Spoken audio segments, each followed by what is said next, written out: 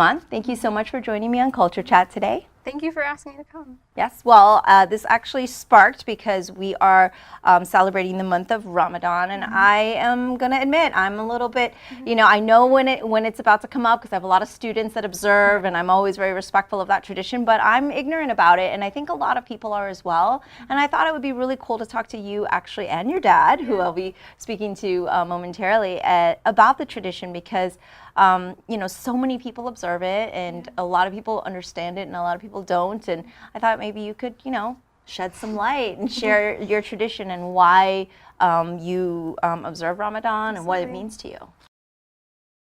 Well, I guess it's difficult to explain to people who don't know about it because it's very different to what most people experience. The closest thing that I've gotten to it is Lent, right, which is I think usually about 40 days, Yes.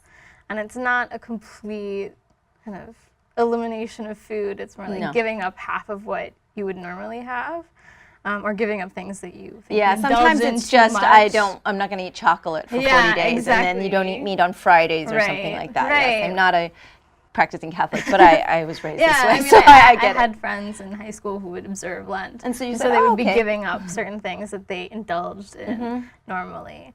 Whereas for Muslims, Ramadan is it's very intense, especially if you're in different parts of the world, because here for summer it's fasting from sunrise to sundown. And so for us, that's averaging between 15 to 16 hours, no food, no water. So it's nothing. And a lot of the times people will think that it's odd because you're thinking, well, that can't be healthy. And so you kind of think about all the material reasons why you wouldn't want to do that. But it's meant to be more of a spiritual practice than it is a physical practice. A lot of times people will try to say, oh, well, it's healthy because, you know, you're trying to kind of get your body to cleanse a little. It's a bit like a cleanse. But there are a whole host of spiritual reasons. And I think one of the greatest reasons for it is that it's supposed to make you more empathetic to people who don't get to eat all the time and maybe have to struggle more often to find food or to provide food for their families. So it is supposed to make you more empathetic, and at the same time, during this month, we actually have, I guess what some people would call a tax, where you try and figure out all of your possessions, and then you pay a certain amount based off of those possessions, and then that money actually goes towards people who need help. And so that's kind of more of the spiritual aspect, but I think a lot of people forget that when they try to explain it. Because it is supposed to be the holy month, and a lot of people get bogged down in that idea of like, but that's so weird, you know, you're not eating or drinking, how are you functioning? But you really are supposed to just go on with your daily life. You know, people go to work. There are people who, you know, athletes will be fasting at the same time that they're doing whatever they're supposed to be doing. There are, of course, exceptions for if you're sick or if you need to work and you need to be eating and drinking, but it is more of a spiritual thing than it is a physical thing. Yeah, I think it's fascinating, and anything to me that has a discipline behind it, I always have much respect for. It is very disciplined. Yes. Yeah, because it is really, yes, you're not having food or drink, but it's more than just eliminating that. It's also thinking, okay, well, what are all the things that maybe I do that I shouldn't be doing, right? So do I watch things that I shouldn't be watching? Like, do I, you know, listen to comedians who curse a lot?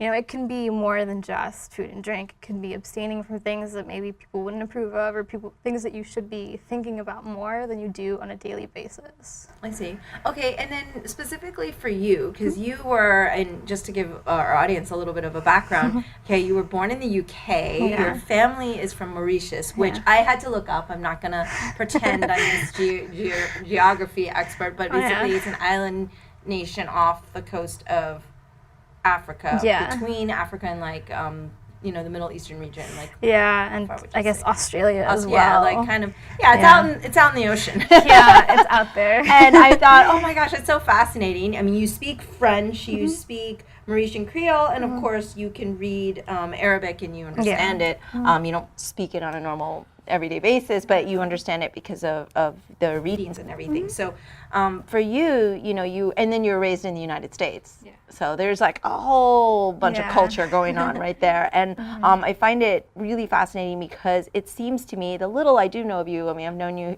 here, you're one of the students at the school, but it really seems to me that you actually are able to kind of hold on to each piece of that culture, and that kind of makes you who you are and very unique. I've had the pleasure of working with you at Rollins, where you hired the lion dance to come out and educate those people on Chinese New Year, and you're really big on culture and holding on to traditions and respecting all different types of traditions, which I think is awesome, and so for you, you explained kind of that general overall purpose. I mean, for you, or was that what it was? Like what Ramadan is specifically, like what you focus in on?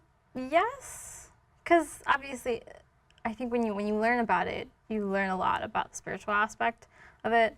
And I think when you learn about it from a religious perspective, you get that whole spiel about, oh, it's holy because this is the month when the Quran was first revealed to the Prophet, and so there's all of that kind of very strict liturgical reason for the importance of the month.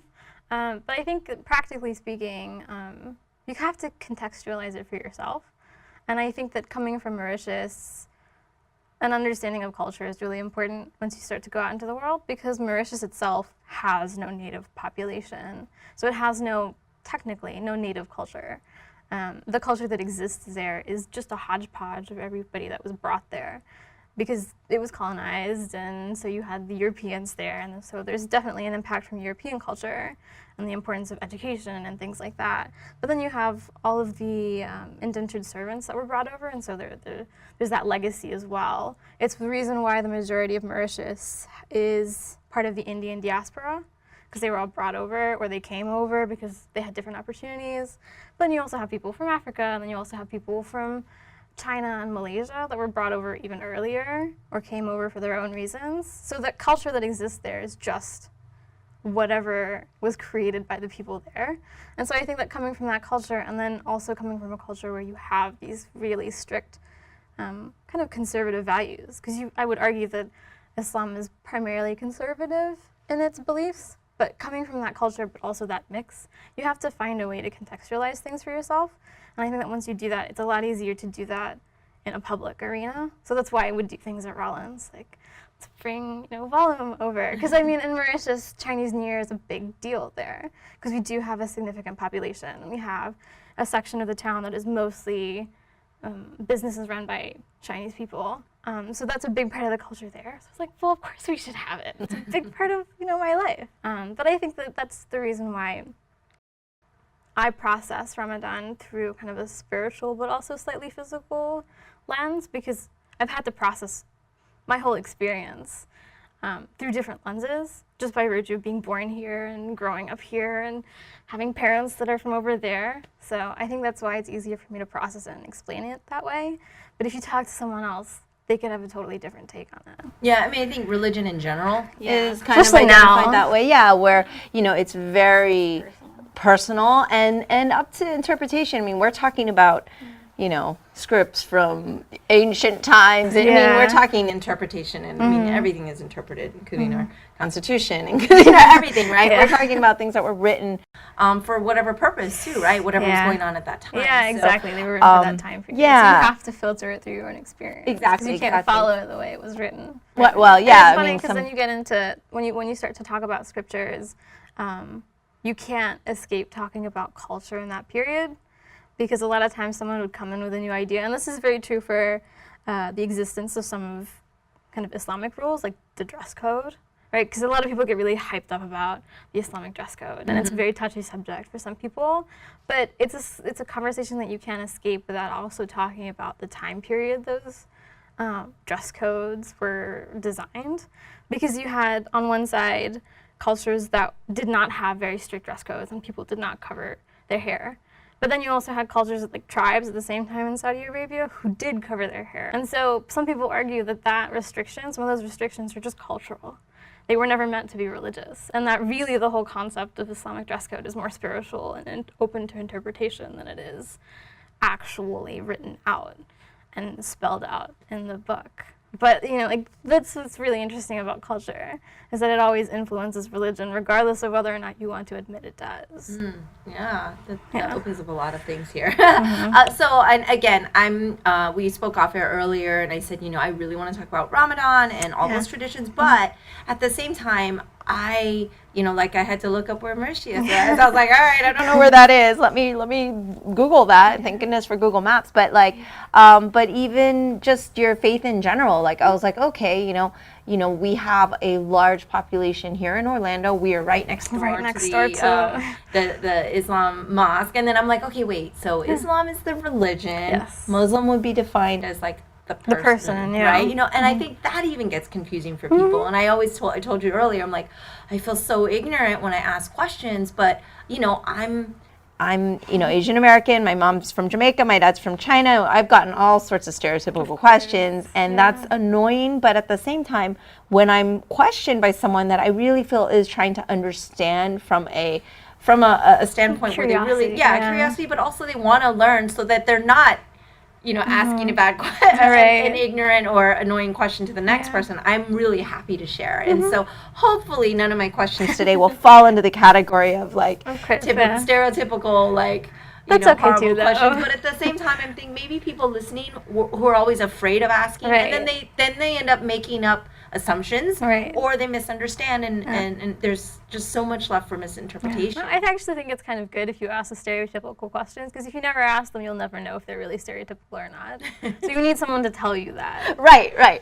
So like even going, okay, is Muslim the religion or Islam? I had to like really like sit down and go, okay, let me think about how I've communicated that. And so that's even something I think that people don't really understand, because religion in general, there's so many that people start crossing over, and I don't think they even realize. Like, I go on these cruises all the time, and I go on Holland America, and like I'd say 70% are Indonesian, and I know this because I've interacted with Indonesians. That's like the highest Muslim population. Like that is their main. Yeah, but Islam most people don't think that. No, like, they would never think Asian. Right, because they're Asian. They look, typical Yeah. Asian, and it's the highest percentage. I think it's like the number one nation. I think it is. I think it is. Yeah. And even from there, if you look at kind of at that list, like it's a lot of places you would not be the thought that comes into your mind. Because I interviewed this woman, and she's Malay. Her background's from Malaysia, Singapore, that area, and the same thing. There's a lot of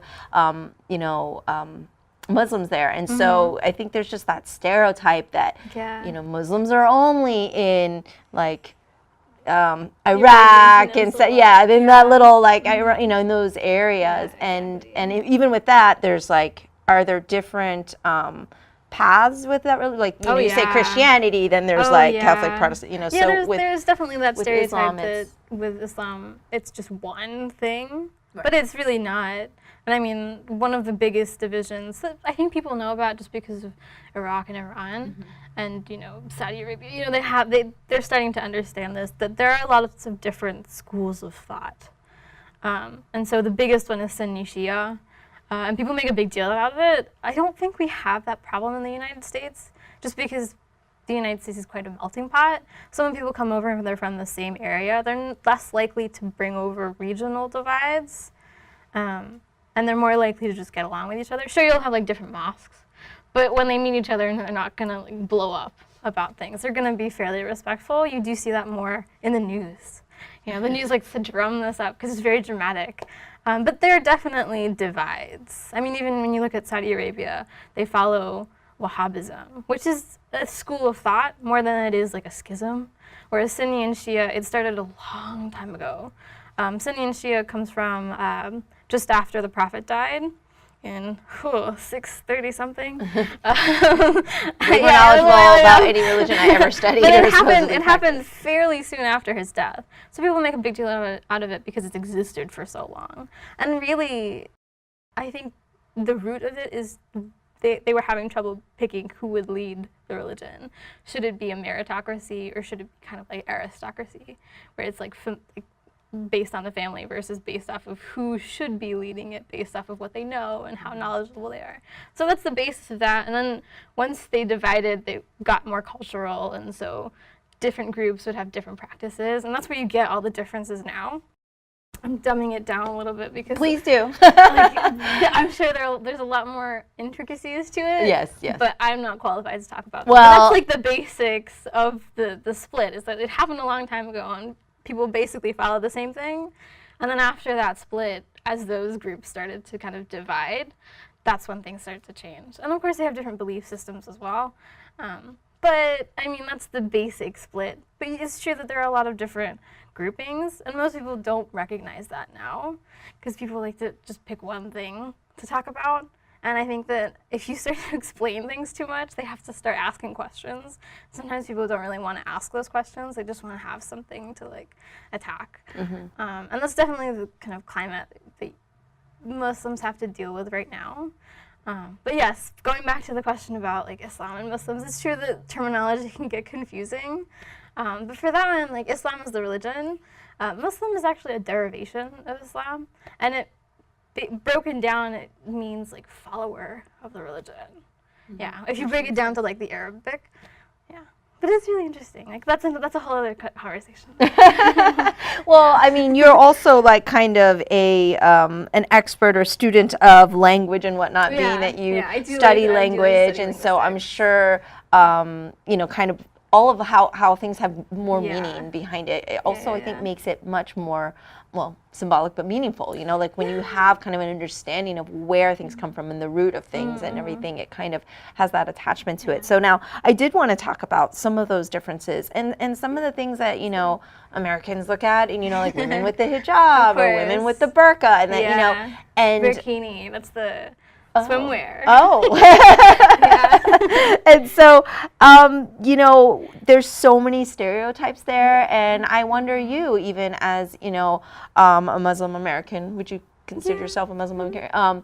That, you know, if you decide you're going to wear your hijab, like, do you get sort of looks, or do you have to explain it? Or, I mean, or is it like, are we in a better place right now where things are more accepted? I don't know. I mean, I think it's circumstantial, right? It depends where you are. Like if you're on your Rollins campus where people are open, we're sharing cultures, I think people think it's beautiful and whatnot, but I think some people still are, I mean. Yeah, there's two sides to the coin, I think. A lot of people, some people are okay with it, and some people don't know what to do with it, you know, so they just ignore it completely. I used to wear the hijab, because I used to go to the school that's next door. And part of the uniform for girls is that at some point you start wearing the scarf to school. And so I did it, like I started wearing it. The colloquial term for it is wearing it permanently, which is funny in its own sense. But like girls who wear the hijab permanently, that just means that they wear it when they go out. They don't wear it when they're at home, but they wear it whenever they're going out into the world. And I think that for me, when I started wearing it permanently, it was just because it had been part of my school uniform. So it was just convenient. You know, I would have it on during the day, and I would get home, and I would think, well, I don't really need to take it off. There's air conditioning. There's no reason for me to take it off. It's not hot. But there are a lot of people, there's a lot of spiritual meaning behind it. And I think the biggest reason for girls to wear it is it's the question of modesty. You also get into issues where people are like, well, is it a question of you wanting to be modest, or is it a question of your family wanting you to be modest? And obviously there are families that do require, there are families and cultures that require women to wear the headscarf because it's been kind of adopted. It was a cultural thing, and it was adopted very, very quickly into the Muslim empire back when Islam was starting to spread. And it was adopted as something that was important because I think the root of it is that the Prophet's wives would wear it because it was like, oh, you know, this is his wife, we should respect her. And so that was kind of a status symbol almost. Like, this is how you know that this person should be respected. But then it was adopted by everyone else, and it was something that became kind of exported everywhere else. And I think that people kind of get testy about it because they don't know whether it's a question of personal versus public choice. And I think for me, it was definitely a personal choice. My mom does not wear hijab, so she had to deal with the looks as well, because it's like we would be going out and I would be with her, and so people would be like, wait, older person, younger, what's going on? Yeah, it doesn't match. Are they together? Are they not? And then of course it was even funnier when I had my brother, right? Because I was old enough that people were like, wait, your kid, not your sister, you know, because like he's very young. He's little. Yeah, I mean, we have a 14-year age gap, and generally when you wear the hijab, you look older, because I guess it makes you look more mature.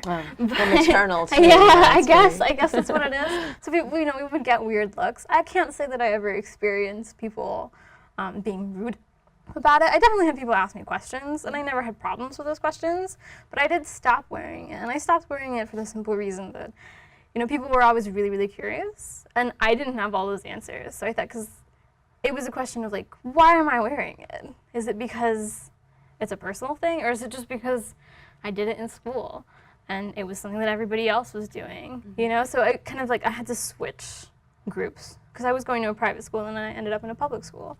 And I was never pressured in or out of it. That's my personal experience. Some people are. I'm not gonna lie. There are definitely people who don't want to wear it and whose families want them to wear it. And one of my best friends was like that, and she didn't want to, and eventually, like, now she doesn't wear it. She's not pressured to anymore. But there are definitely people who deal with that. I would definitely say it's the wrong attempt. The wrong thing to do as an outsider would be to ask those questions, because those are very personal questions. Like questions about, oh, does your family make you wear it? That was definitely a question I got a lot when I was wearing the hijab. It's like, oh, is it like you have to do this? No, I don't have to do it. One of the things that people forget a lot about this religion is that we're not supposed to force people to do anything. And I think a lot of people forget that during the time of the Islamic Empire, it's more complicated than this, but during the time of the Islamic Empire, they didn't force people to convert when they conquered an area. There were definitely rules, like you were technically a second-class citizen, which sucked, but you weren't forced to convert and you weren't overtly penalized for it. And the same thing exists today. A lot of people forget that because there are definitely groups out there in the world that don't respect that and that call themselves Muslim. A lot of people call them extremists. But you shouldn't generalize extremist views on a whole group of people. There's a reason why they're called extremists. I know. You know, and I think a lot of people forget that. Yes, a lot of people forget that. It's the same thing for hijab. A lot of people think that it's an extremist thing.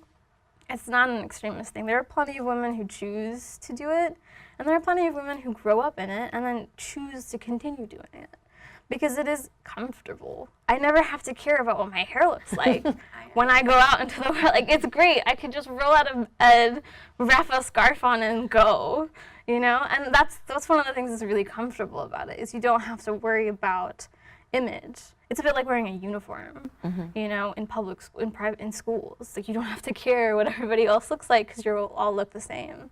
And I think that that's what people get confused about. Yes, it's a modesty thing, but it's also just so that you're more comfortable going out into the world.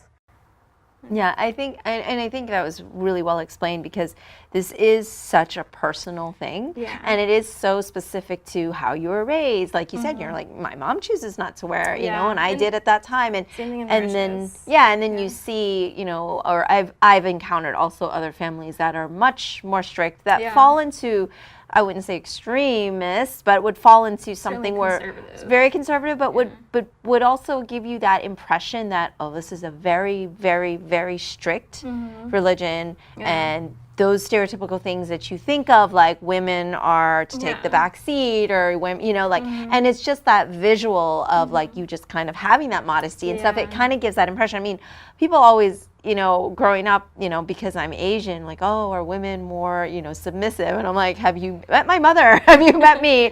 Not so much, but it is there, right? So there is also, you know, kind of that stereotype, but it's also because you do meet families that kind of, you know, fall in line with that. And so then you go, well, you know, it's up to us, I think, up to all of us to just get to know people for who they are, and not who you think they are based on their religion or their background or their born, you know. So I think that's kind of the key thing here. So, but other than that, are there other like terrible stereotypical questions that you've gotten growing up that you've had to explain? But I guess people wouldn't really ask you, like, if you don't kind of wear the hijab, people don't know if you're Muslim, right? Like, so maybe people don't ask. People were always curious as to where I was from, because a lot of people associate the headscarf with the Middle East.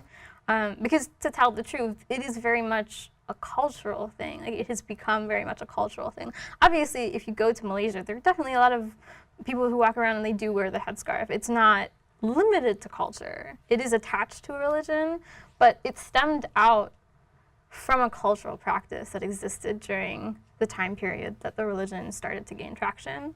And I think that that was the biggest question that people were really confused about. They're like, where are you from? I don't get it. Are you from the Middle East? Like, I don't understand. You're brown. This is very confusing. So I think that was the biggest question I got that people were kind of about. But I think now that I don't wear it, people still don't really understand where I'm from because I don't necessarily fit a mold. Even just kind of like my own storyline. Like as you were explaining, I was born in the UK. Most people aren't going to guess that. I've been raised here, which people can kind of guess because I have an American accent.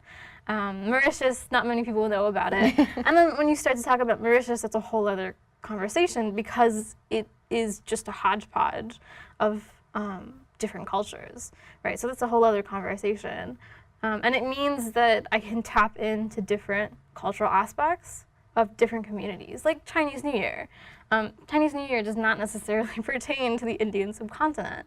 Although I look Indian, the fact that I'm interested in Chinese New Year has everything to do with the fact that I'm Mauritian and nothing to do with the fact that I grew up in the United States where we encounter that. In Mauritius, it's a thing. You know, like you will see kind of the celebrations for Chinese New Year, and if you're walking around, you'll see the decorations and the food, and everybody partakes in that. It's not limited to a specific culture, so it becomes everyone's culture. And I think that that's the biggest question I get now, is regardless of whether I conform to kind of Muslim practices visually, I still do get that question a lot, where it's like, where are you from?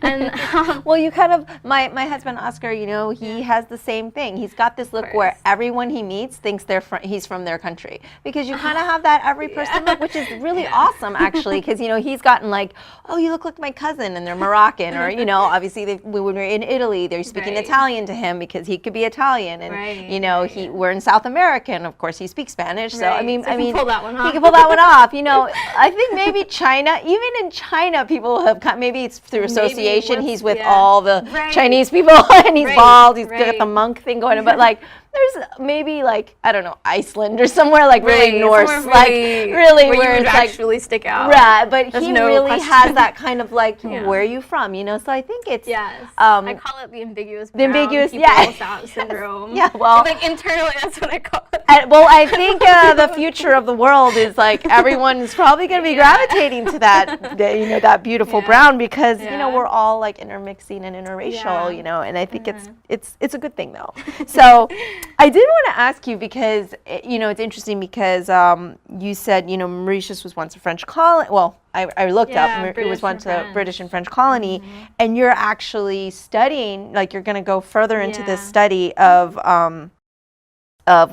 basically, you said colonies. Yeah, colonization. Colonization, right? And it's funny because I just, you know, the last few months I've been talking to different people for different reasons, and this word keeps coming up. You know, I was talking about Puerto Rico, of course, because of everything from last year with the hurricane, and you know, we've advocated for trying to help out there. We have a lot of people we know there that have been through so much, and then you know the word colony pops up because of course they're treated as second-class citizens, and even though they're part of the U.S., even though they're citizens, but most Puerto Ricans, that real Puerto Ricans that were, you know, born and bred there, or maybe have left there, like they're still a colony, you know. So I kind of find it interesting that I don't know what the job market is right now for going into studying that even more, but I think it's great because you're obviously studying things you're interested in versus what you think will be this, like, you know, I hear a lot of kids now saying, oh, I'll be an engineer because I'm sure I'll get a job. And I'm like, well, I don't know how long that'll last if you're really unhappy after 5 years. So it's really cool to me that A, you're going after what you enjoy, but B, I want to know, like, why, like, that curiosity. Is it because of your background, or just It was probably fed. It was definitely fed by the fact that I come from Mauritius. You know, it would be a lot harder for me to get into it if I didn't come from a country that had such an interesting colonial history. I mean, just to give like the general spiel. First, the Dutch came over and they tried to create a colony. Before that, there were also the Portuguese and the Arabs. They didn't do anything there, but you know, they came and they scoped it out. And then the Dutch were like, oh, we should create a colony. They killed off the dodo bird, which was unique to Mauritius, so bummer. Yeah, I know, it's such a bummer. But they were there for about 100 years on and off, weren't really successful. And then the French come in. And they actually came in because they wanted to attack British ships from Mauritius going to India, because they were really like privateers. And so they were there for 100 years, and then the British got annoyed with the French pirates hijacking their ships. So they decided, oh, we have to take care of this problem. And so that's why they came into Mauritius, I think in the 1800s. And they were kind of in control for most of the colonial period. And then 1960s, when everything is falling apart, that's when Mauritius gets its independence. And then from there, it's interesting because I think for me, what was odd about Mauritius is the fact that we speak Creole, and Creole is based in French. It's basically just French dumbed down, and then you have a lot of different colloquialisms that are added because you've got people from China, India, and different parts of Africa. You get all those words mixed into basic French. So that's what makes it so interesting. But we were ruled by the British for like over 100 years. So you would think that English would be our language of choice, and it was the official language for a while, but more people speak French than they do English, which is odd, but when you look at it historically, it makes sense. But like just looking at it, you're like, wait, the British, they came in for a while, and the education system is British, but nobody likes to speak English. So that for me was kind of like, oh, this is worth studying. And that's how I got into it, but I think it's definitely interesting. It's becoming something that's more interesting now, because I think that you get a lot more people from different parts of the world that are having a say in the way that we look at education and the way that we look at culture. And it's the same thing, I think, with Puerto Rico. You're getting more people who are actually trying to make their voices heard, whereas before, nobody ever cared, right? So I think that the medium for educating people is widening. So you have all of these voices coming in, and I think that's why people start to talk about it more. Because they can, right? Because before, it's kind of that adage of, history is written by the winners, which is still very true. But I think with things like technology, it's harder to have just one version of a story. It's a lot easier to find different perspectives now.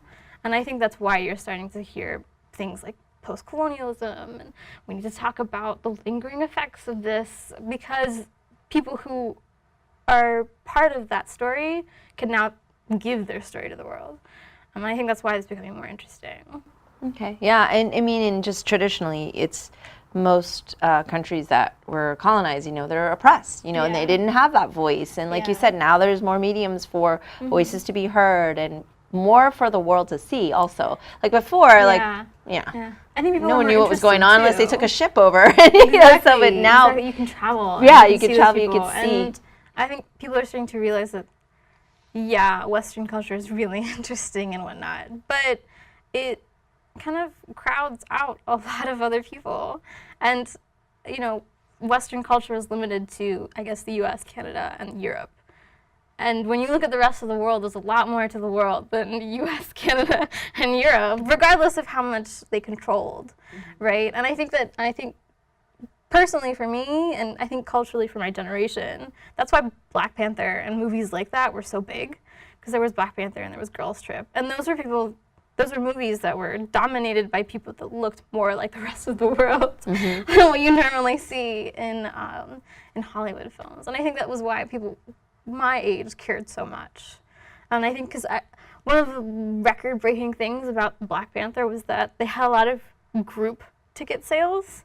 People would take their friends and their family, and they would buy tickets, and they would all go watch it together, whereas most of the time you don't get that, I guess. And I think that was because people were really interested in sharing something and going to see something that looked like them. Maybe it didn't represent all of them, but it was something different. And I think that that's something that you're starting to see more of now. Now that people can express their own ideas and they realize that people are listening to them, people are more willing to go and look for those perspectives. Yeah, and I think also the sharing, it's important that we're all sharing. So so what do you plan to do with all these degrees in language and expertise on colonization? Like, what does one take that? What's the next step after all of this? I don't know. I'll be really honest. Like, I think that my dad is very laid back. So he's very willing to just be like, go out into the world and explore. I think it's amazing. Which is, it is really nice. Obviously, it is the exception to the rule. My dad is definitely, I've learned over the years that my dad is an exception. So my mom is less so the exception. She's very concerned about, like what happens for the future. How are you going to feed yourself? Yeah, obviously those are It's definitely so logical. concerns. Those are definitely concerns, but I think that I just really wanted to learn about all those things so that I could be better at talking about them. Because I mean, obviously coming from a place like Mauritius, you have to be able to talk about what it means to come from a multicultural society. And I mean, those are all big words and they're very popular right now, but I mean, like, there's no point to the big words if you can't explain what's behind them, And it's nice to be able to use fancy words like post-colonialism and decolonization and hegemony, like U.S. hegemony, like this is all very, nice. But I think that there's definitely a divide between education and just like talking to people. And I think that education has become a way to divide people. Because it's like you get into these theories and texts and literature and people are using all these complicated words and they're talking about really simple things that people like me deal with on a daily basis. And I think that for me, it was just the moment where there was a moment where I realized that it was really important that I learn about these things so that I could communicate them with everybody and show them that, yeah, everybody's dealing with this. Just because it's written in a fancy way and it's presented in this nice textbook does not mean that it is some elite important thing. It's important, but it's also normal. And people need to realize that. For me, that's the reason why I want to do all of this. There's definitely an educational aspect.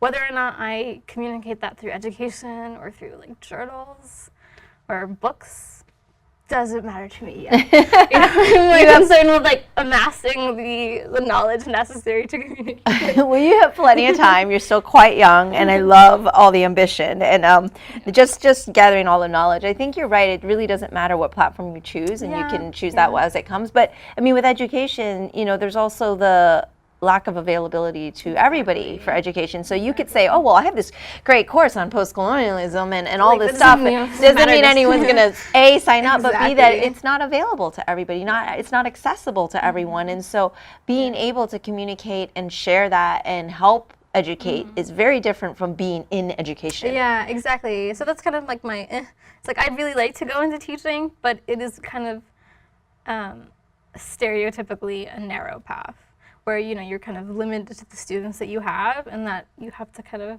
work to break out of that frame to reach other people. So that's why I'm not committed to, master's, PhD, go into a university. Well, to be fair, it is a good starting point, and you get experience talking about it, you get experience teaching it, and then from there, once you kind of garner that, then you really break out of the mold. Then you can break out of the mold. Yeah, so you can make your mom happy. I'm like, okay, I'm gonna be a professor, and then your dad will be like, yeah, go do what you. But I do want to address that. How you said you're kind of the exception to the rule, because it kind of goes back into the whole stereotypical Muslim father. Yeah. And that dynamic with daughter and the women in the family. I mean, is that a stereotype where the women are? Because I've personally met people that refuse to shake my hand and that their wife has to wait in the car, and I mean, and I'm going, oh, okay, because I'm very very liberal feminist. I know people like that as well, but I think that it's a question of kind of owning your culture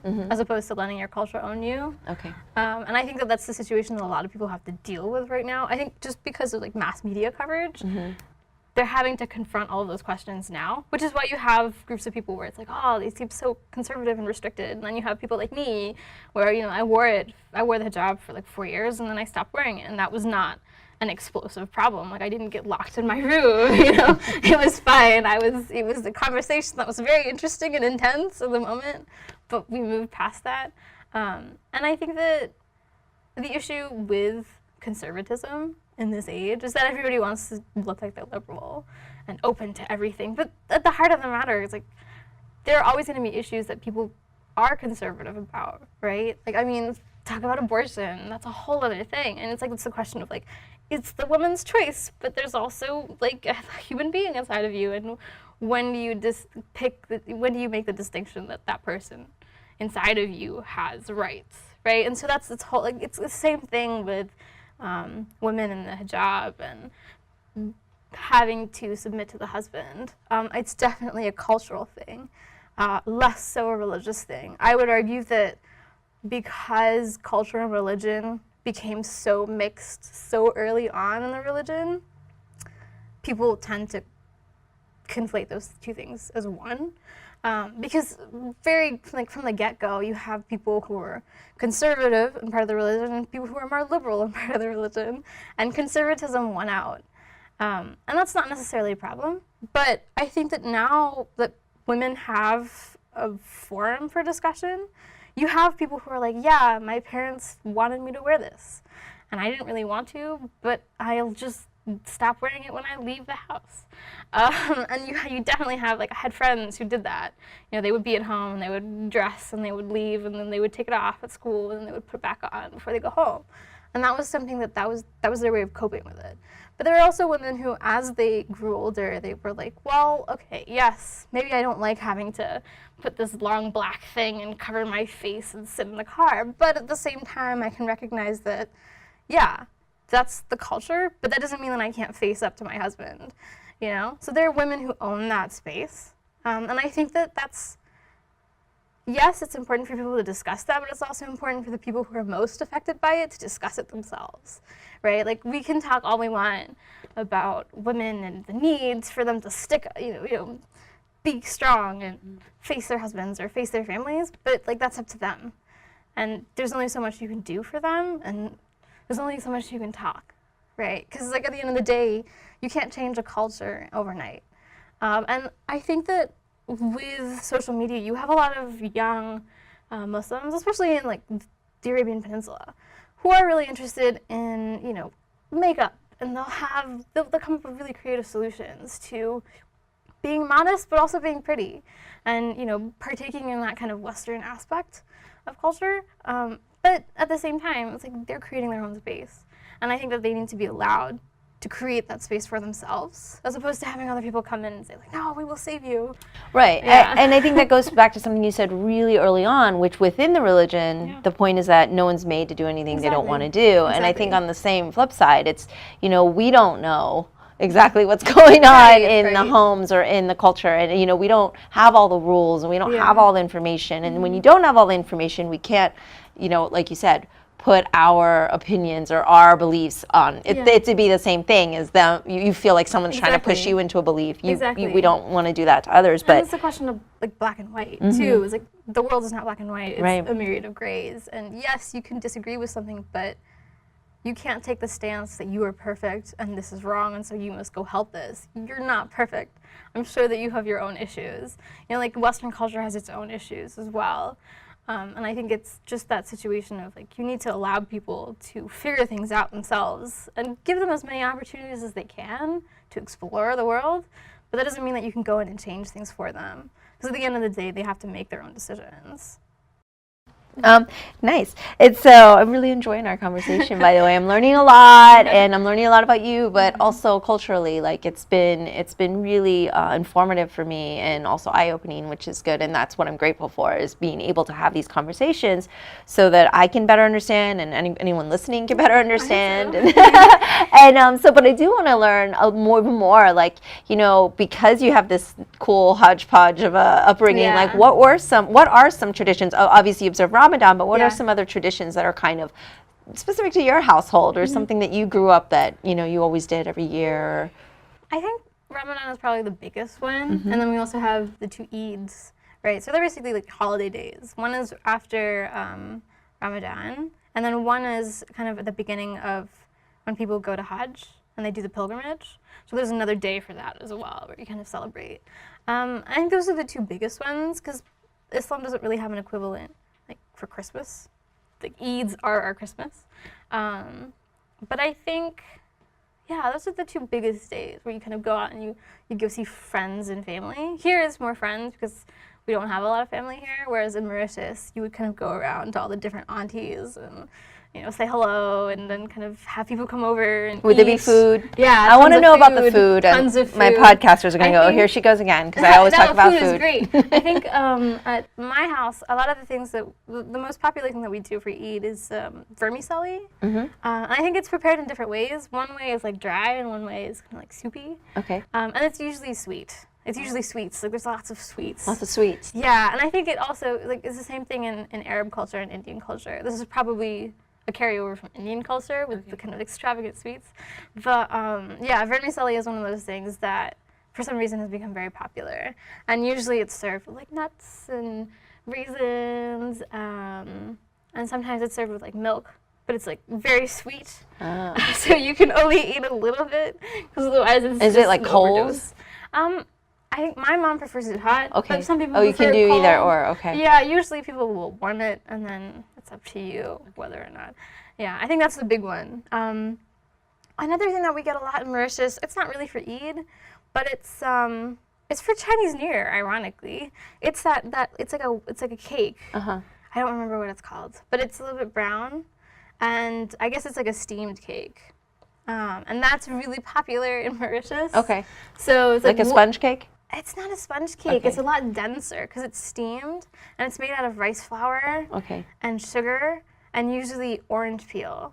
So you get like that orange taste. Okay. It's actually really nice. It doesn't sound very appetizing, and it's really, really good. And people really like it in Mauritius too. Like whenever we go, we always have to try to like hunt down the last remaining cakes because usually they make it around Chinese New Year. Yeah, so you don't and that's see it a lot during the rest of the year. Yeah, I never understand these seasonal things because I'm like, we it's like so- it all year so- round. I I don't know. understand why we can't eat this all the I wish we had time. it all year long, but Well, this is where you have to learn to cook and bake, Yeah, and then you have to yeah. bake your own. You go, "Ah, it's gonna be-" vermicelli for us is definitely something we only eat around Eid.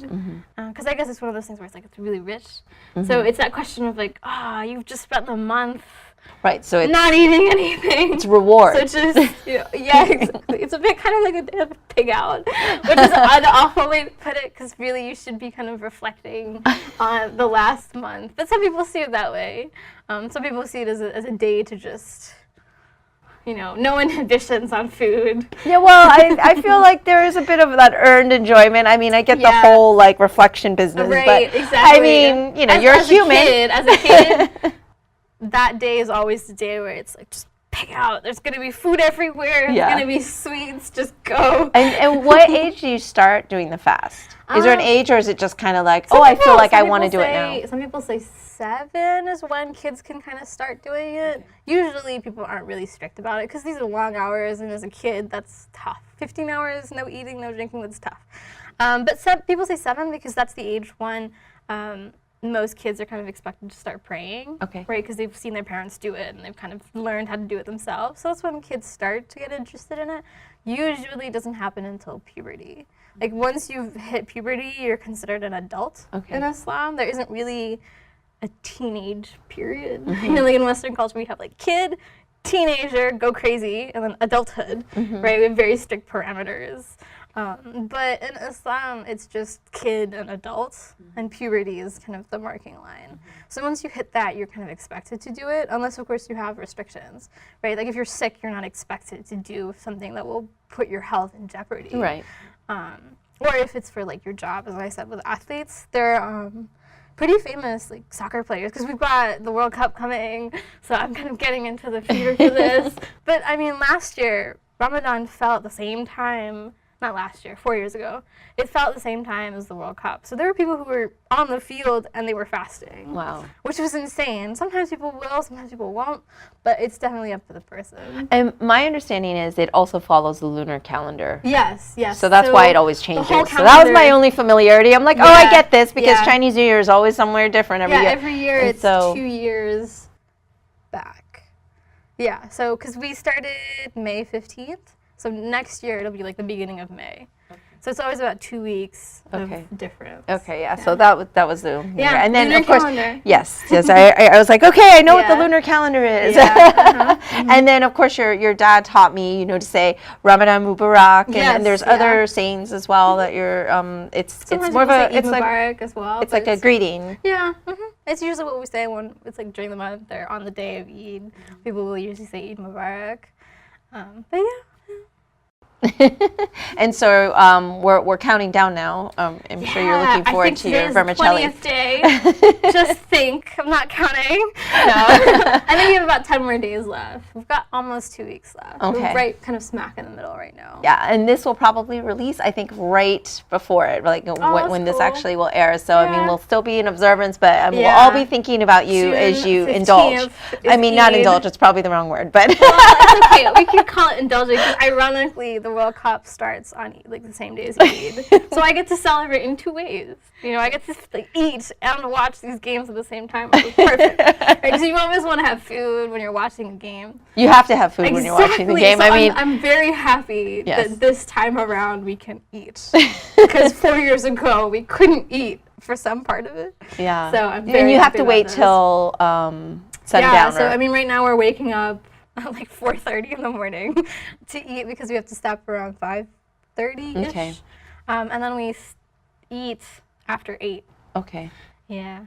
Yeah, it's tough. It's definitely tough. I can't imagine. I mean, from a health standpoint, I know there are certain things that I've done before to do fasting. I've done intermittent fasting, but I always had water though. I don't know how. I think it's the water that gets to people, especially in Florida. Of course. Yeah, I mean, because if you're going out, like if you're actually working outside, then that's the toughest part. It's the reason why I don't do Kung Fu here on Saturdays, because I tried once. I was like, no, I'm gonna see if I can do this. And I think it was July, and it was fine because it's like you're thinking, okay, an hour I can get by, but I think I woke up the next day and I was just so.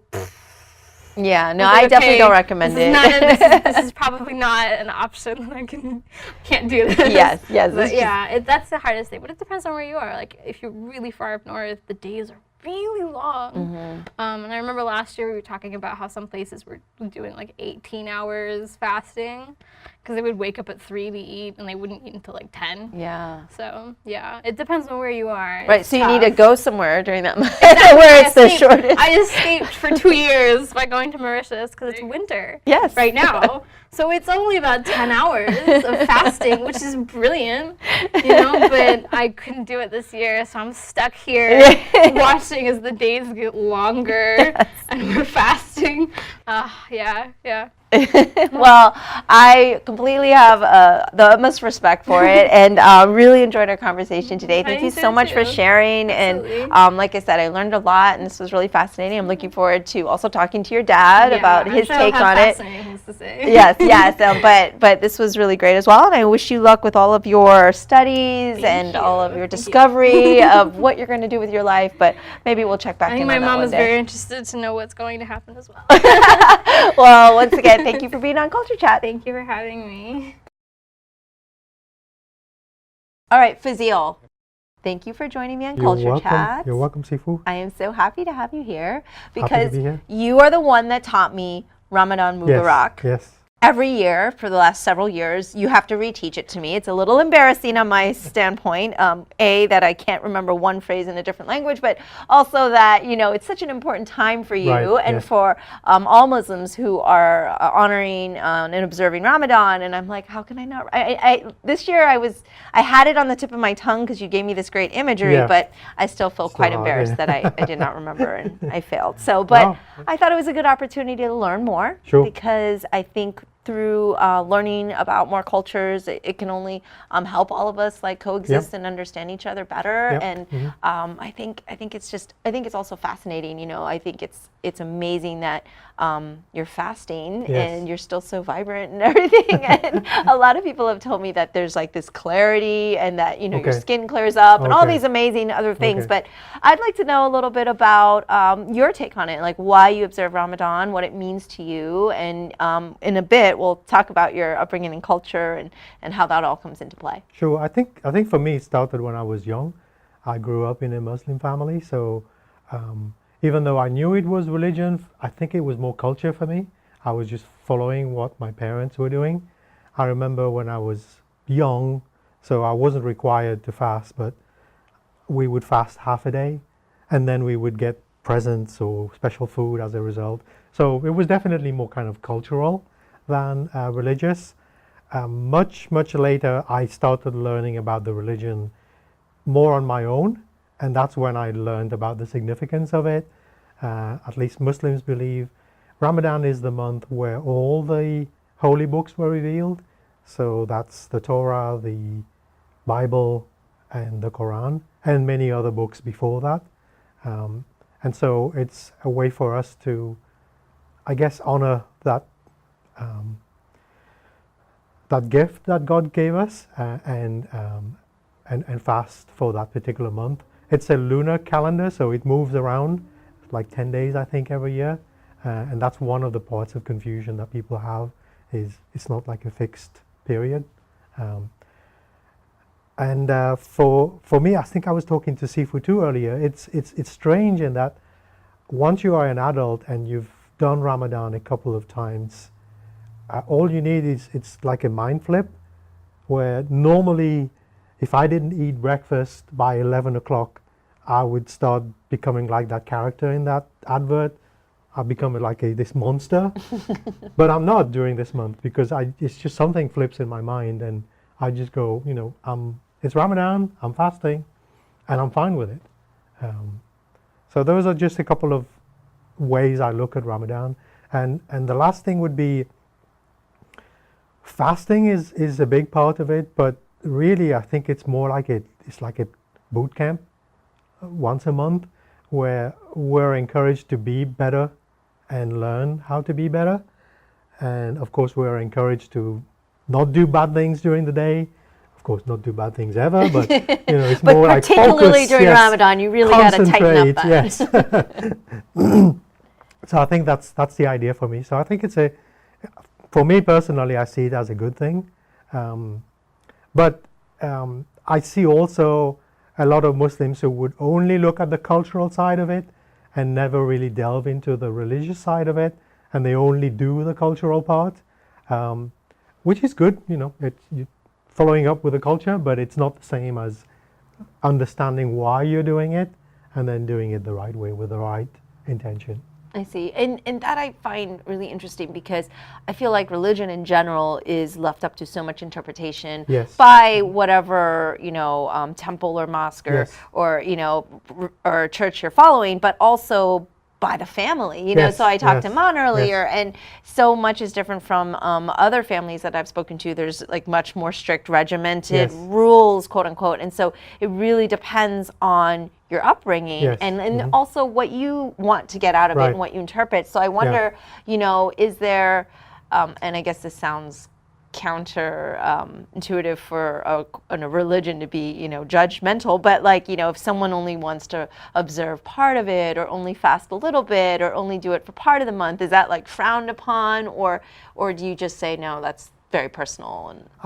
And I consider myself a liberal Muslim.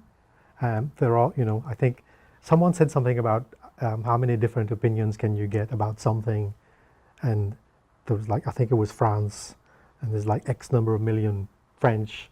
Well, you have to times it by 2 to get the number of opinions, because they change opinions. Different Muslims will have different opinions.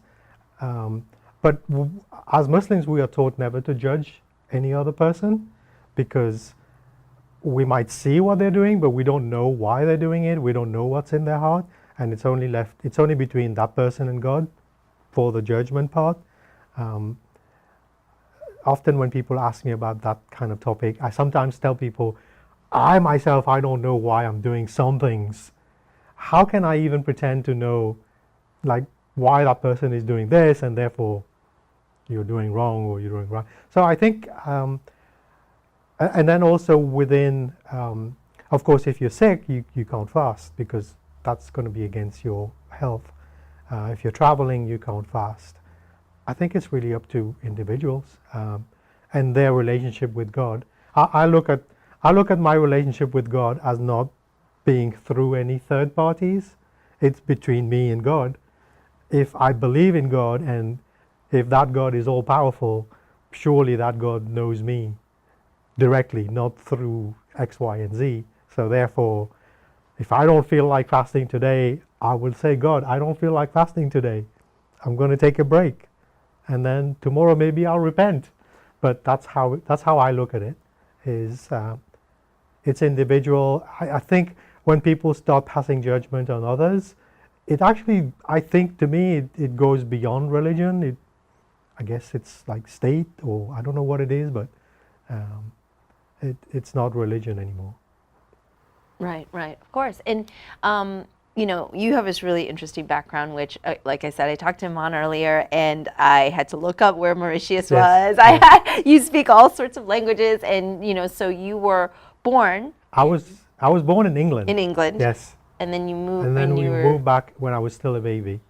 So I grew up in Mauritius, and Mauritius is interesting because it has this whole melting pot of cultures.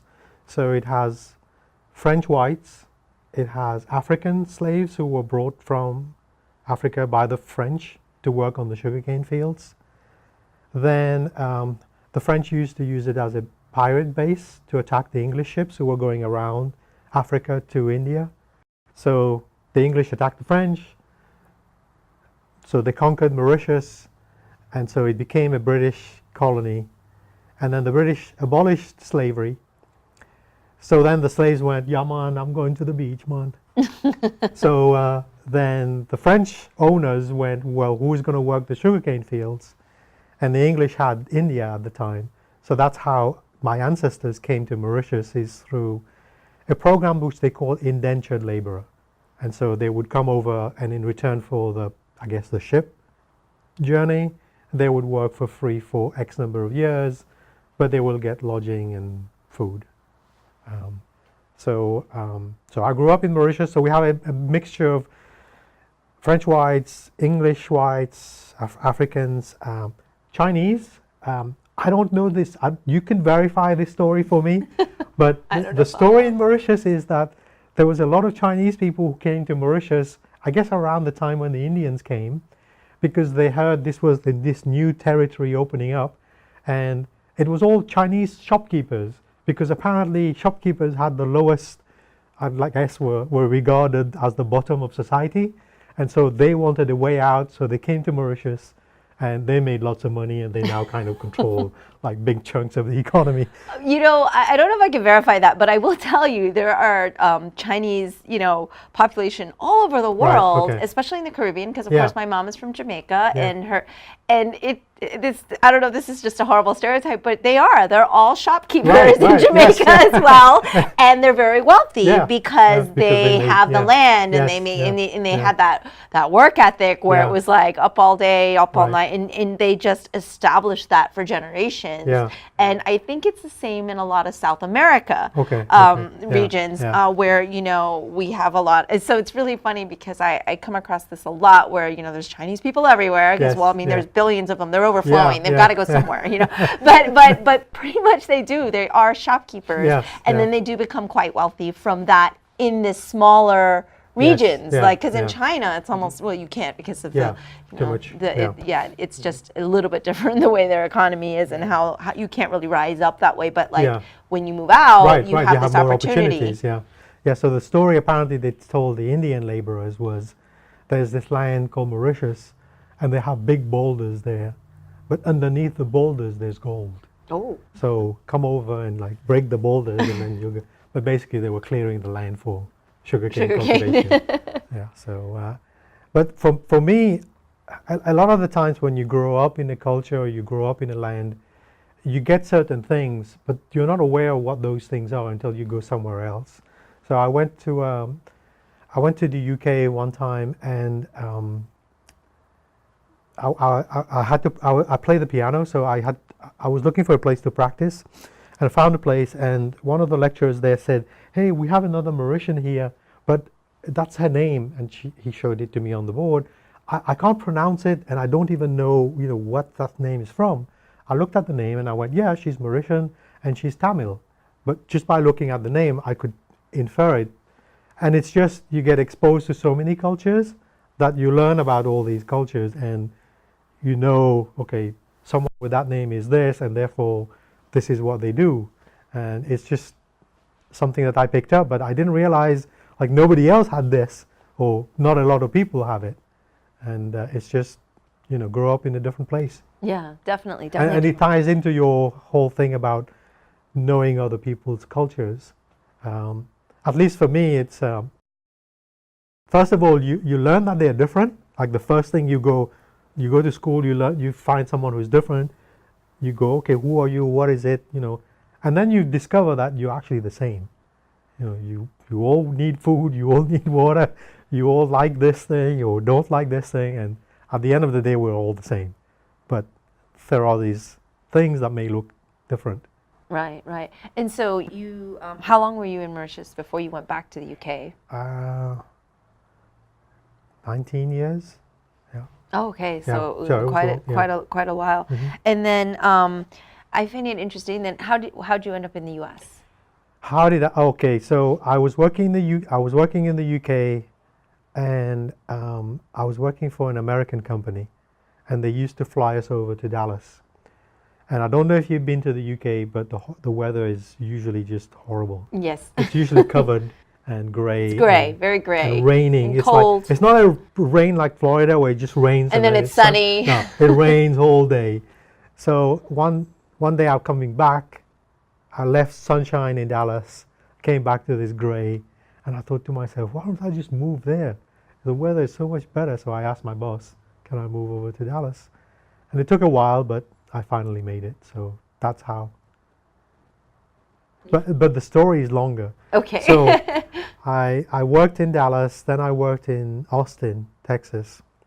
And then we decided we were going to go back home. So we went back, we sold everything, we went back. And then after a couple of months, I realized that was a big mistake. So I called my boss back, and he says, hey, Fazil, we've been bought by this big company called EA. And they're closing down the Austin office, but there's jobs in Vancouver. And I said, Vancouver, that's in Canada.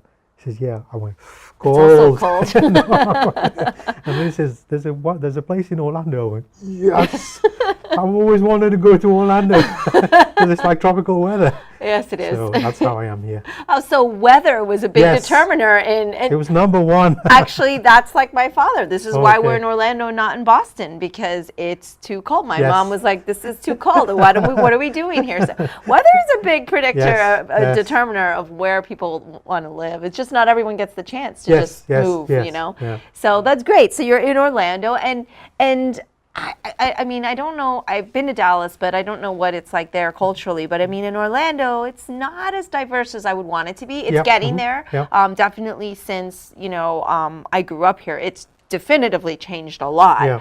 But I wouldn't say it's as diverse as some of the bigger cities like Right. New York, San Yeah, Francisco, and yeah. whatnot. And so coming from the UK to Orlando, what was that like cultural dynamic like for you? I think from the UK to the US was a big change. Like shops open 24 hours is just something we're not familiar with. No public transport that's useful is something that I wasn't used to. So needing to have a car everywhere, that was two of the biggest things. Donuts is not something big in the UK, but it's big here. We have National Donut Yes, Day that just yes. passed, so yeah, it's a big deal. So there's a couple of things, and then different cities have different vibes. Dallas is very much kind of straight-laced, but it's very superficial. But Austin I really love because it's live music capital of the US, and so people are just, what you see is what you get, and so there's no hiding, there's no layers. And then Orlando, I don't know, Orlando is just, it doesn't feel like something else. It feels like I'm just here and there is nothing else around, and I don't really know how to explain it. I guess I feel like I'm myself here. I don't feel like I need to be somebody else to fit in. Maybe part of it is because I kind of stay in my thing, work here your and little there. bubble. I don't really go, figure out things, outside. Maybe that's what it is. But yeah, Orlando seems very straightforward. Yeah, I feel like I said, like lately it's a lot more diverse. Obviously, we have a big Hispanic population Yeah. because of Puerto Rico and Yeah, Cuba, yeah. and a lot of people migrating Yeah. up here. For you, as would you say a Muslim American? Is Yeah, that how you just define yourself? So, do you feel like culturally, what's very distinct about your background? That's a good question. I mean, obviously there are things like, for example, Ramadan that I have to explain to people sometimes. Most of the time I tend to go like dark. I don't mention anything and people don't need to know kind of thing. So I'm sure there are colleagues that don't know I'm Muslim Okay. and colleagues that don't know I do Ramadan and all that kind of thing. That's my preferred way of operating. Only if I need to tell someone, like for example, my boss would know, because if something I do differently, she would know. Like, for example, I take days off for Eid, so I'll tell her that's why I'm taking the days off. Yeah, and then the other side would be the whole kind of anti-Muslim stuff that goes on. That's the only thing that kind of concerns me, but otherwise I just feel like I'm just another person, and I interact with everybody else. I love diversity, but I see diversity even within, if this, like Orlando was all white, there would be diversity even within them, because there is such a widespread differences in opinions within populations, and so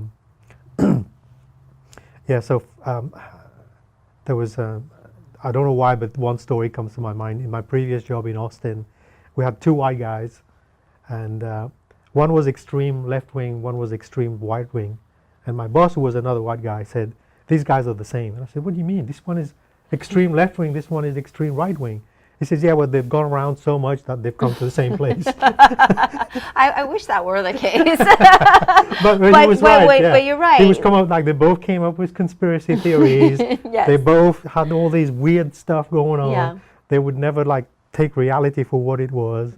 They would never look for data and real reality, I guess. Yeah, well, we all have that, confirmation bias. Like, we Right, want yes, to hear things yes, yeah. that make us feel Make us like we're feel- right, yeah. or that, what we think is right, Yeah. so to speak. And it's hard, because it's hard, I think, to admit when, oh, I thought this one thing, but now that I've Right. actually gathered information, I realize Yes. there's more to it. Like you said, Yeah. you don't really think it's great to judge because you don't know everything Yes, going yeah. on. And that's really the case, I think, for anything, Yeah, right? Like, yeah. we could kind of look at that as anything. And now, you kind of said you were a little bit of a liberal Muslim, but you did raise your kids Yep. To be Muslim. Muslim, yeah, And, of course, I spoke with Iman about her Yep. tradition and everything. And so why do you feel it's important to continue that, either that tradition or that belief? Or, I mean, Yeah, obviously, yeah. it's from a religious standpoint as well, but you also have raised them to have a lot of culture and background. I have to say that I'm married, and my wife has strong opinions on certain things. So what my children follow is a blend of the two, which I think is good. I think it's good to have differences and for kids to see that there are differences, and that you can work through differences and come to an agreement of how. So that's how we do it. That's how we do it every day. Every day we have differences of opinions, and I could go off and do my own thing, but she would go, well, I didn't quite like this. I would like it to be this way. So I think I'm trying to remember the first. So Iman is our youngest, and when we were in Austin, we had to find a school for her, and I didn't realize about this whole dates thing, about the 1st of September being a cutoff date for Right. certain schools.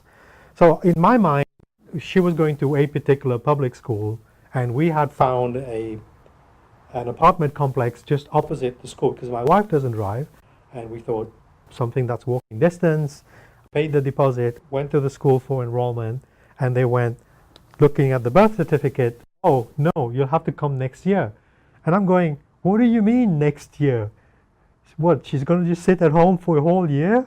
Then they told us, you go get a private school, then you can transfer.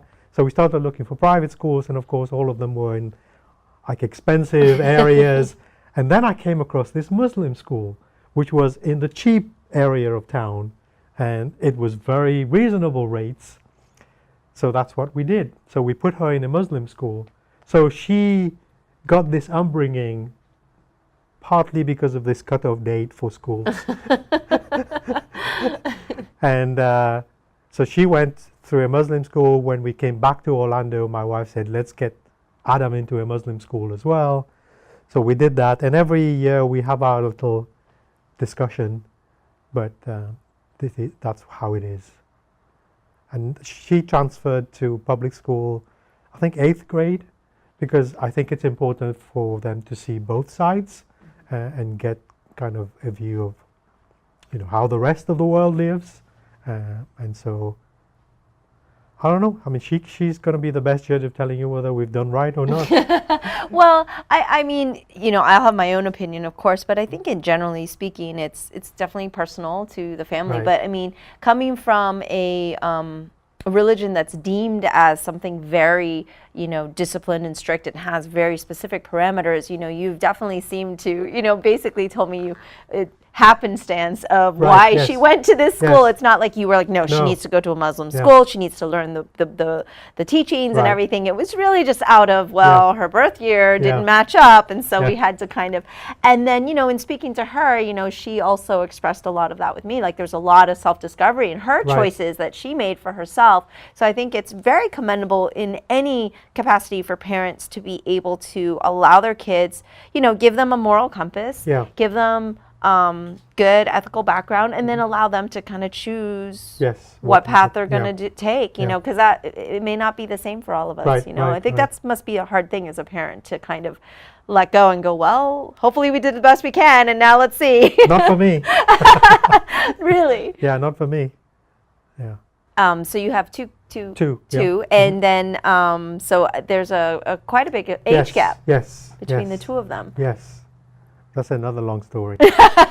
So when we got married, we had an arranged marriage. Well, that's Oh, another really? big story. I definitely want to hear Yeah, about we this. had an arranged marriage, and what an arranged marriage means is somebody else took the initiative in getting us introduced. Of course, there are many different, there's a whole spectrum of Arranged marriages, of course. going from you shall marry this person, which actually is forbidden in Islam. Okay. It's forbidden to force anyone to marry anybody else because that's their personal choice. But in my case, I went to the UK for 3 years to study. I came back. My mom said, it's time for you to get married, Fazil, because you know, I had a job lined up. And I said, no, I don't have a house, I don't have a car, you know, I haven't got everything together. So let me get everything together before. And then 3 years later, I came back.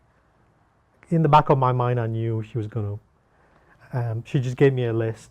She says, start from the top, here's the girl's name, here's the phone number, just call her up, arrange to meet up, and then work your way down the list. And I went, my mom is a headmistress of a school, so I went, okay, mom.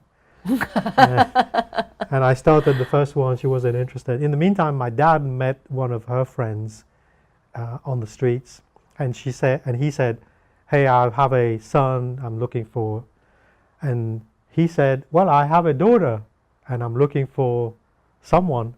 And so that's how we met one Sunday. We talked. There wasn't anything that would say no. So we met again the following Sunday. And then the Monday, my mom said, okay, you've met twice. You're here for 3 weeks.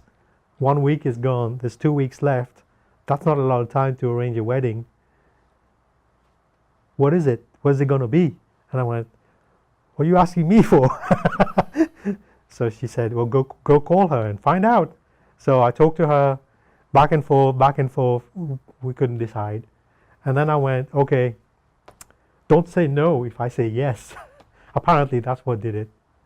So she went, okay, that's it. That's how we got married. So that was all within 3 weeks. That was all within 17. That was all within 1 week. The decision was The within decision was 8 within, days. wow. Yeah. And yeah. you've been married how long? 27, maybe? Over 25 No, years. Yes, yes. Over 25 years of long successful time. marriage. I find that fascinating because, you know, we watch all these like fun films Yeah. that, you know, I like when like I was watching Master of None and The Big Sick and these films where like, you know, it's them talking about their culture. So I always Yes. think it's okay to be stereotypical when it's Yeah, us yeah. talking about our own stereotypes. And there was the scene where basically mom was like, here's the pictures of the girls, here's the list, that Yes. kind of what you described, and you're Yes. going, is this for real? And I think in some cultures it's you know, the mom's just ready for the Yes, son to yeah. be married, and, Yeah. and if you're not, you're Yep. just, they're like, why are you Yes. doing this to me? Yes, You know, and yes. so it's pretty funny. She really had a list. Yes, you had a list. And then, but No what's- pictures though. But no yeah. pictures. All right. Well, Yeah. you know, but but what's kind of nice is that it wasn't arranged in a sense where you didn't have a choice. Yeah, You're like, yeah, no, this yeah. is the person Right. you're marrying. I mean, 'cause Yeah. that's a whole different Yes, thing. yeah, I mean, yeah. this was more like a Yeah, setup. yeah, yeah, yeah. But you did get to choose. I mean, Yes. you're kind of pressured. I have to Yes, say, this yes. sounded a little pressured. There was pressure a there. week. Yes. Yes. But I mean, but you guys must have there must have I been think- something there that Yeah, I made you think- go, wow, the yeah. rest of my life, I think Yeah. this could work. I think we were kind of figuring that out as we talked, and nothing came up as a red flag for me, and I'm assuming nothing for her either. And I think when there is an arranged marriage of that type, in a marriage, when you're going to have arguments, and you get to the point where you go, is this worth it or not? There is another consideration that you have to apply in when a marriage has been done this way, is what are you going to say to your parents? Because your parents are going to go, oh, why did you break up? Oh, because she didn't wipe the table before you came? That sounds serious. And you would sound stupid, basically. And so there is that extra level of kind of due diligence that you have to do before you even think about calling it quits. And so you go out, you storm off, you go do your thing in your room or do whatever you need to do to calm down, and then you're back.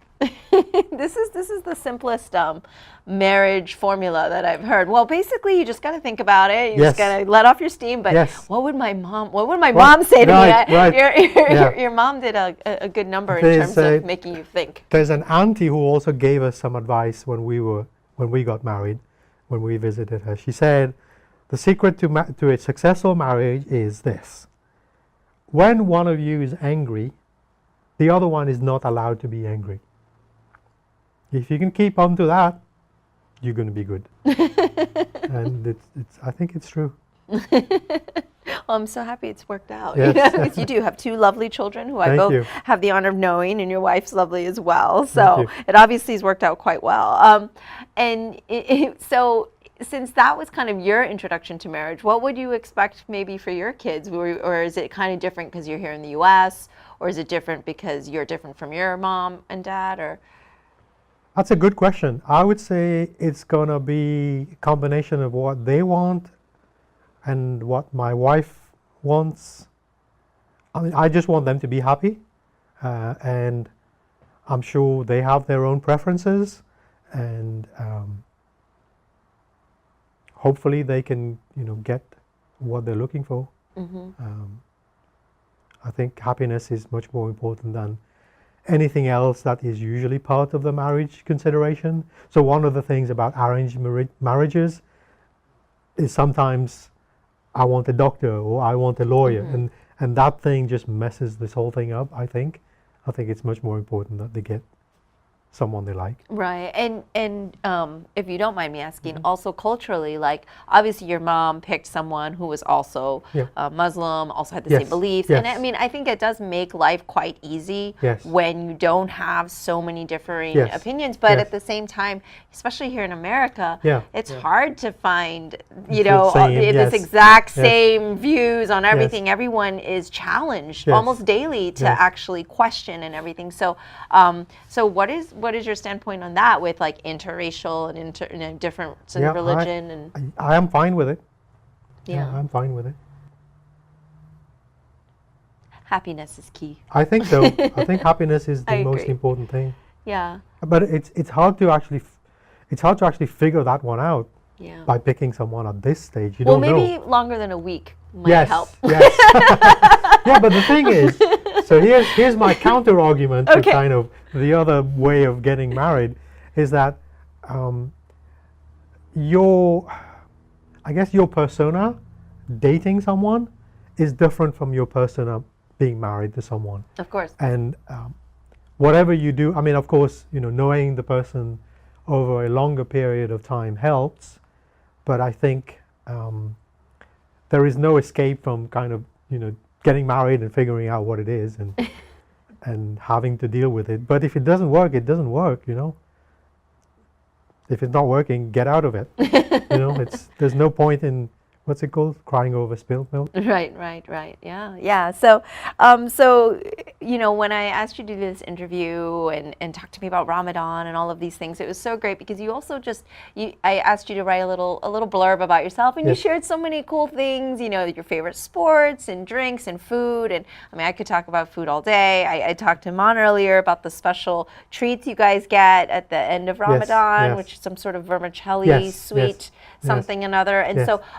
You know, obviously it's a time of reflection, and obviously there's a spiritual aspect to what you're doing and why you're doing it. But, you know, what are some of the things that, since you have been practicing for so long, that really does come at the end of that time period for you? What are some of the things, other than the sweet treats, of course, but are there other, I mean, you can share more about that too. But I think the main one is, so there is a congregational prayer where usually they used to hold it in one of the sports grounds, but it's usually a lot of people come together and you get to meet people that you haven't met, sometimes for 6 months or a year.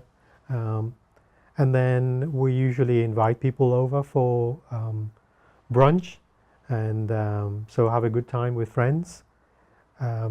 We usually call lots of relatives and friends all over the place.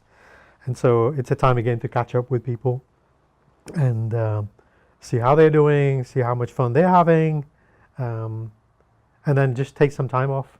And fasting, Ramadan can be strenuous if you take it to the extreme that you can take it to.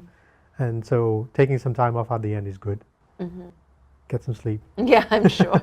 And eat. Yes. good food to eat.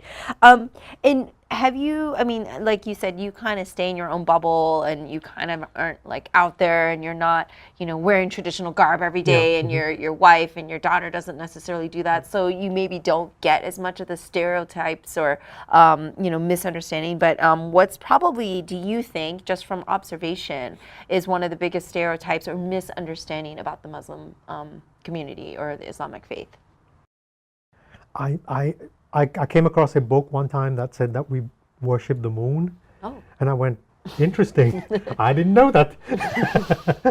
So I don't know why people come up with stuff like that in the age of Google, because you can just Google it and find out. So I'm intrigued that there's a whole industry of people out there making up stuff. I'm sure they have their reasons. I'm not even sure I want to confront them and kind of fight it. Mm-hmm. You know, each person has their own life, and they make their own choices about what they want to do with their life. I would say there are a lot of misconceptions thrown up by those people, but if anyone wants to find out more about Islam, they can just Google it. There's so much, like, you know, what's it called? Wikipedia has pretty good, you know, articles. A lot of people say Wikipedia is all false, but I've tried to enter an article on Wikipedia before. I couldn't. Yeah, you need a lot of verifications, right? And then you need published material. Thinking, yes, because what's all this my stuff father about? And I are on Wikipedia, and even that was a bit of a it's thing. Hard Like, work. oh, I mean, I had been, and you get rejected. And I'm thinking, okay, so this whole stuff about Wikipedia being false, this is part of this whole, you know, fake stuff. So we're just ordinary people. I guess I could say one of the things that most people don't know about Muslims is we claim that every human being is born a Muslim. They are born with pure intentions. They are born with only doing good things. And society, their parents, their bad friends starts taking them into the wrong path. And the other thing that most people don't know is we claim to be just part of a succession of prophets that God has sent to earth. I think it's 124,000 that we believe God has sent down to earth.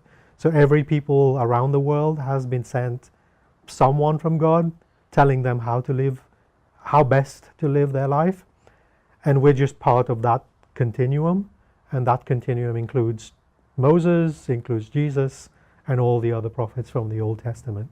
So Muhammad is not claiming he's coming up with something new. He's just saying this is all part of the same thing, but he's the final one. Are there any other, I mean, obviously Ramadan's a huge tradition for you, but just because you have such a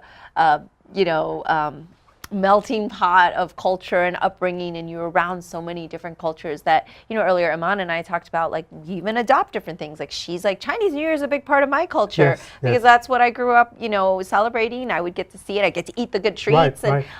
What other traditions have you kind of carried over, being here in America with your family that you, keep observing from, either your upbringing in Mauritius or the UK? Yeah, Chinese New Year is one of them, because I love that moon cake. The moon cake, okay. Oh, yeah. And so typically I ask my mum to send it over, and so she just puts it in the post. We've tried to find it here, but we can't.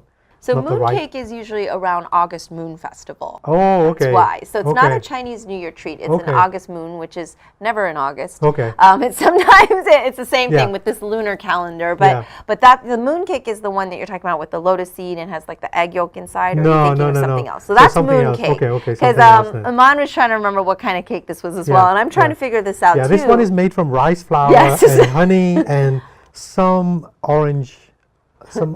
That's thing. what she was mentioning. I'm going to find out for you because and it's steamed. It's steamed. Yeah. That's the other thing. Is it kind of gelatinous? No. Hey, it is. Yes. When it's fresh, it's gelatinous, but then it hardens with time. Okay. Yeah. I'm going to try to figure that out for you, because of course there's going to be a lack of, like, I don't know why I'm not thinking of what it is that and then the Hindus have a festival called Diwali, which is the 1,000 lights. So they would light up little lights everywhere. But again, I'm into the food. Okay. So there's like a sesame thing. Okay. There's a laddu, which is dal, I guess, mixed with something else. So I'm into the cakes. I'm like kind of, have a little bit of a sweet tooth. Yes. So it would be really cool is if we just kind of adopt every holiday for their desserts. Yes, exactly. And then that way, because Iman and I were saying, well, why can we only get it this time of year? That way, the whole calendar year has got to be filled with all the different treats from around all the different cultures. That sounds like a plan. And I think that could be a good thing. Yeah, I think it's definitely a good thing. I've decided that the way, and this is like the 20th time I've said this on my podcast, so my listeners are like, here she goes now with her potluck for life. Like, so is that if, all of the cultures had the giant potluck and shared their tradition and their favorite foods, we'd all get along because we'd have respect for one another, because we'd all want to eat each other's food all the time. So that's my world peace I think pitch. that's a good idea. And based on your love for sweets, we would know, like, this is the sweet section and this is the savory. So cool, very cool. So, well, I really enjoyed hearing about Mauritius and the culture and also about your arranged marriage, stuff I definitely didn't know about you. So it was really fascinating. Is there anything else you'd like to share about your culture or traditions that we haven't touched on? I would say the last thing I would want to share is about our music.